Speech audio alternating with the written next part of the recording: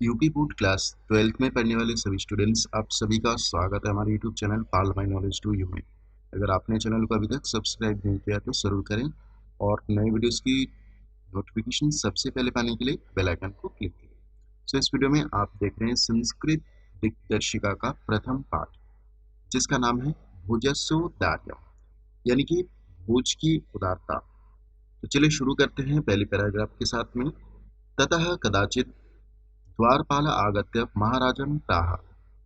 ततः यानी कि इसके बाद, कदाचित यानी कि तभी, और द्वारपाल यानी कि द्वारपाल ने आगत्य यानी कि आकर, महाराजम यानी कि महाराज से, और प्राह यानी कि कहा, यानी कि इसके बाद तभी द्वारपाल ने आकर महाराज से कहा, देव कौपिनावशेषो विद्वान द्वारी वर्तते इति।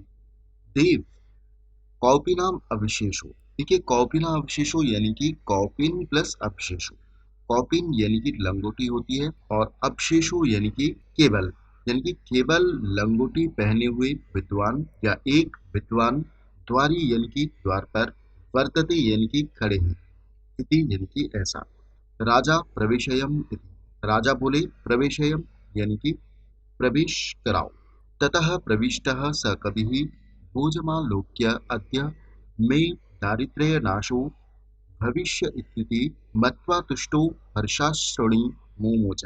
ततः यानी कि इसके बाद, प्रविष्टः यानी कि प्रविष्ट होकर, यानी कि प्रवेश होकर, स कवि ही यानी कि उस कवि ने, भोजम आलोक्य यानी कि राजा भोज को देखकर, अद्य यानी कि आज, में यानी कि मेरी, दारिद्र्य नाशो यानी कि दरिद्रता का नाश, भविष्य तिथि यानी कि हो जाएगा, यानी कि इसके बाद प्रवेश करके उस कवि ने राजा भोज को देखकर क्या कहा, आज मेरी दरिद्रता का नाश हो जाएगा। इति यानी कि ऐसा, मत्वा यानी कि मानकर, तुष्टो यानी कि प्रसन्न होकर, हर्षाश्रुणि, हर्ष प्लस अश्रुणि, अश्रुणि यानी कि अश्रु या आंसू, तो हर्ष के आंसू या खुशी के आंसू मुंह से यानी कि बहाए, यानी कि ऐसा मानकर कि मेरा आज दरिद्रता का नाश हो जाएगा, ऐसा मानकर प्रसन्नता से खुशी के आंसू बहाने लगा। राजा तमाम आलोक्य प्राह, राजा ने उन्हें देखकर कहा, कवि किम रोदिषि इति, हे कवि क्यों रो रहे हो। ततः कवि राह, उसके बाद कवि ने कहा, राजन आकर्णय मद गृह स्थितिम, हे राजन मेरे घर की स्थिति को सुनिए। आकर्णय यानी कि सुनिए, और मद यानी कि मेरी, और गृहम यानी कि घर की, और स्थिति यानी कि दशा, यानी कि मेरे घर की दशा को सुनिए। अहि लाजानुच्चैः पथि वचनाम कर्ण गृहिणी, शिशोः कर्णो यत्नात् सुविहितवती दीनवदना, मयि क्षिणोपाये यत्कृतं दृशावश्रो बहुले, तदन्तः शल्यमे त्वमसि पुनरुद्धर्तुमुचितः। पथि यानी कि रास्ते पर, उच्चैः यानी कि ऊंचे स्वर में, अये यानी कि अरे, लाजान यानी कि कीलें होती है, वचनम यानी कि इस बात को, आकर्णी यानी कि सुनकर, गृहिणी यानी कि पत्नी, शिशोह यानी कि बच्चों की, और कर्णों यानी कि कानों को, यत्नात यानी कि संभल कर या संभाल कर, सुपहितवती यानी कि बंद करा दिया, दीन वदना यानी कि दीन मुख वाली। अब देखते हैं यहाँ तक की व्याख्या को, यानी कि रास्ते पर ऊंचे स्वर में अरे खील ले लो की वचन या आवाज सुनकर, मेरी दीन वदना यानी कि दीन मुख वाली गृहिणी या पत्नी ने बच्चों के कानों को संभाल कर, सुपहितवती यानी कि बंद कर दिया। मई क्षीणोपाय, क्षीणोपाय यानी कि क्षीण प्लस उपाय, क्षीण उपाय यानी कि उपाय करना या धन कमाना, और क्षीण यानी कि अल्प, यानी कि थोड़ा धन कमाने वाले, और मई यानी कि मुझ। तो क्षीणोपाय सीधे शब्दों में दरिद्र कहा जा सकता है, जिसकी इनकम बहुत कम हो वो दरिद्र होता है। तो मेरी दरिद्र पर यद यानी कि चोट, कृतम यानी कि डाली, दृशाश्रु बहुले, दृशाब यानी कि दृशाह, अश्रु बहुले यानी कि आंसुओं से भरी, दृशाब यानी कि दृष्टि, और कृतम यानी कि डाली या करना। तो डालना या करना, तो दृष्टि डालना, यहाँ पर आप देख सकते हैं। तो आंसुओं से भरी दृष्टि डाली, तद वह अंत्यशल्य यानी कि मेरे हृदय में, अंत्यशल्य यानी कि हृदय में, और मैं यानी कि मेरी, तो वह मेरे हृदय में, शल्य यानी कि कांटा होता है, तो मेरे हृदय में कांटे की तरह गड़ गई। पुनरुद्धर यानी कि पुनरुद्धर यानी कि जिसे निकालने में त्वम उचितः, त्वम यानी कि आप, और उचित यानी कि आप ही समर्थ हैं। त्वम प्लस असि यानी कि तुम हो या आप हो। तो एक बार फिर से देखते हैं। तो मेरी दरिद्र पर जो आंसुओं से भरी दृष्टि डाली, वह मेरे अंत यानी कि हृदय में, शल्य यानी कि कांटे की तरह गड़ गई, जिसे पुनरुद्धर तुम यानी कि निकालने में त्वम असि यानी कि आप ही समर्थ हैं। तो होप आपको ये श्लोक समझ में आ गया होगा। आगे देखते हैं। राजा शिव शिव इति उदीरयन् प्रत्यक्षरम लक्ष्यम दत्वा प्राह। राजा यानी कि राजा ने शिव शिव ऐसा कहते हुए प्रत्यक्षरम यानी कि प्रत्येक अक्षर के लिए लक्ष्यम दत्वा यानी कि 1,1,00,000 रुपए, दत्वा यानी कि देकर, प्राह यानी कि कहा। त्वरितम गच्छ गेहम, त्वरितम यानी कि शीघ्र, गच्छ गेहम यानी कि घर जाओ।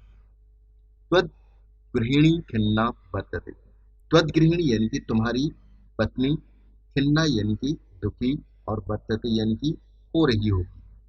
अन्यदा भोजः श्री महेश्वरम नमितुम शिवालयम अभ्यगच्छत्।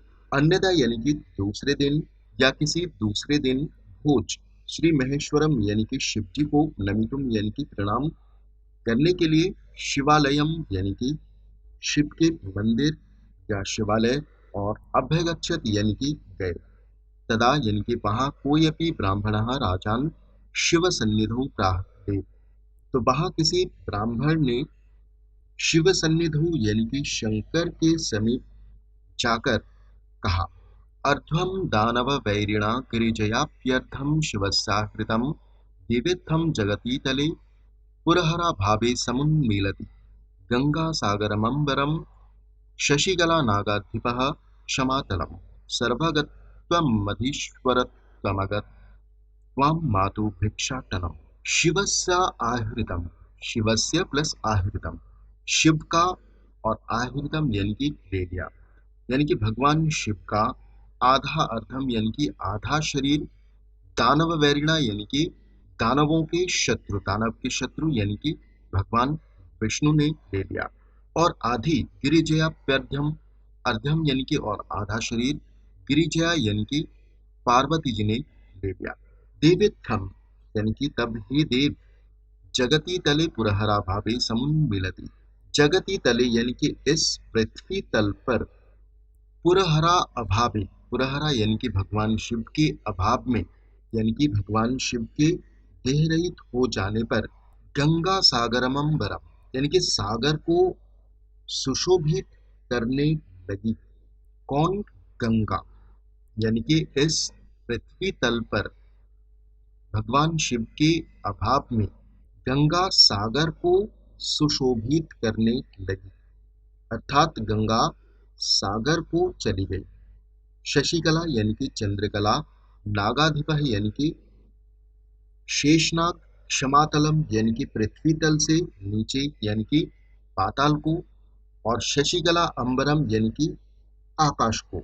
शशिकला यानी कि चंद्रकला, चंद्रकला आकाश को, और शेषनाग पृथ्वी तल से भी नीचे अर्थात पाताल लोक को। सर्वगत्व यानी कि सर्वज्ञता और ईश्वरता, ईश्वरत्व यानी कि ईश्वरता, अगमत यानी कि प्राप्त हुई, त्वाम यानी कि आपको, यानी कि सर्वज्ञता यानी कि सब कुछ जानने वाला, और ईश्वरता यानी कि प्रभुत्व आपको प्राप्त हुई, त्वाम यानी कि आपको, और आगमत यानी कि प्राप्त हुई।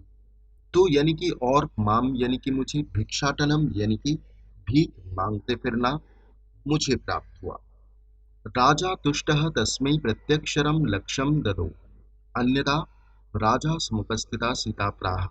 राजा ने संतुष्ट होकर उसे हर एक अक्षर के लिए 1-1 लाख रुपए दिए। अन्यथा अन्य दिन राजा समुपस्थिताम यानी कि पास में स्थित सीता से कहा, देवी प्रभातम वर्णय इति, यानी कि हे देवी प्रभात का वर्णन करो। सीता ने कहा, सीता प्राह यानी कि सीता ने कहा, विरल विरलाः स्थूलास्ताराः कला विवसज्जनाः मन इव मुनिः सर्वत्रैव प्रसन्नम् अभुन्न भवः।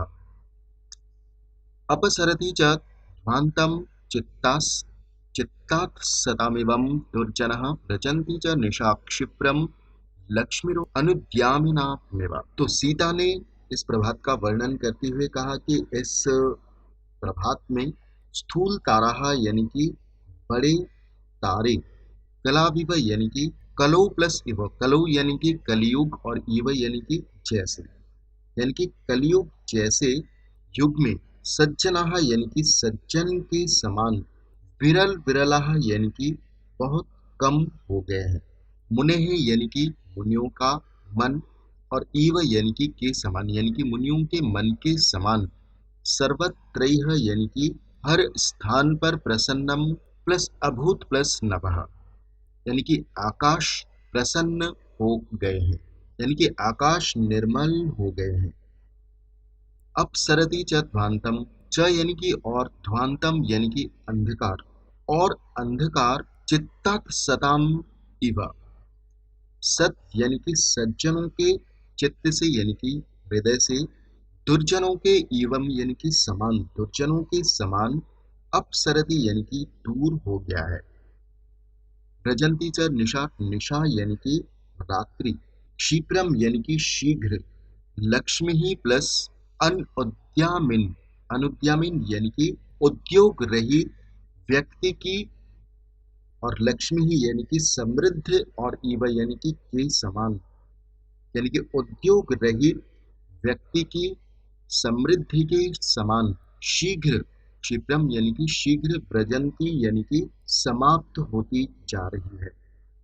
ततः कालिदासः प्राह, इसके बाद कालिदास ने कहा, अभूत प्राची पिंगा रसपतिरिव प्राप्य कनकम गच्छन्तायश्चन्द्रौ बुधजन इव ग्राम्य सदसि क्षणं क्षीणास्ताराः नृपतयः इवानुम् उद्यमपराः न दीपा राजन्ति द्रविणरहि तानामिव गुणाः।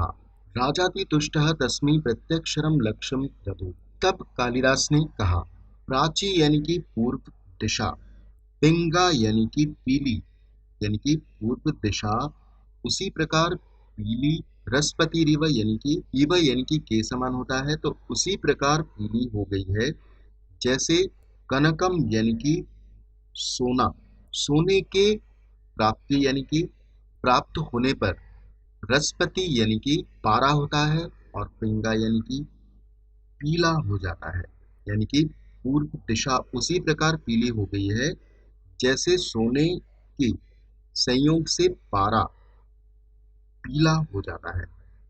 गतच्छायश्चंद्रो बुधजन इव ग्राम्य सदसि, चंद्र यानी कि चंद्रमा, उसी प्रकार गतः छायः, छायः यानी कि कांतिहीन या फीका, और गतः यानी कि पड़ गया है या फीका पड़ जाता है, जैसे बुद्धजन यानी कि गवार, बुद्धजन यानी कि बुद्धिहीन यानी कि विद्वान, और ग्राम्य सदस्य यानी कि ग्राम्य यानी कि गवारों की सदस्य यानी कि सभा में, जैसे गवारों या मूर्खों की सभा में बुद्धजन यानी कि विद्वान या बुद्धिमान लोग।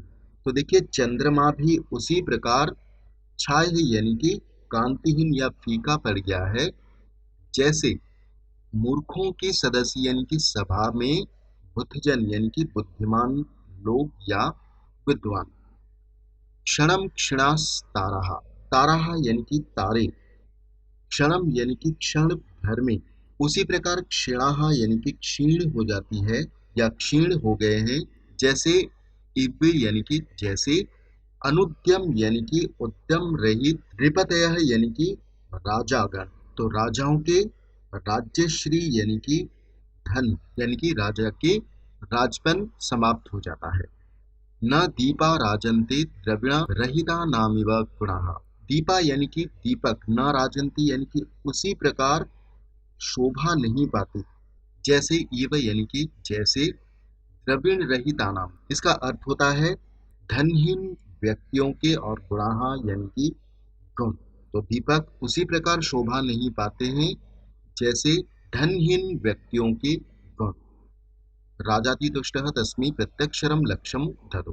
राजा ने अति संतुष्ट होकर, अतितुष्ट यानी कि अत्यंत संतुष्ट होकर, तस्मै यानी कि उसे, प्रत्यक्षरम यानी कि प्रत्येक अक्षर के लिए, लक्ष्यम ददौ यानी कि 1,00,000 रुपए। तो स्टूडेंट्स यहाँ पर ये चैप्टर समाप्त होता है। होप आपको ये पूरा वीडियो, पूरा चैप्टर आपको समझ आया होगा। आप हमें कमेंट सेक्शन में अपनी राय जरूर बताएं। मिलते हैं अगले वीडियो में। Thank you.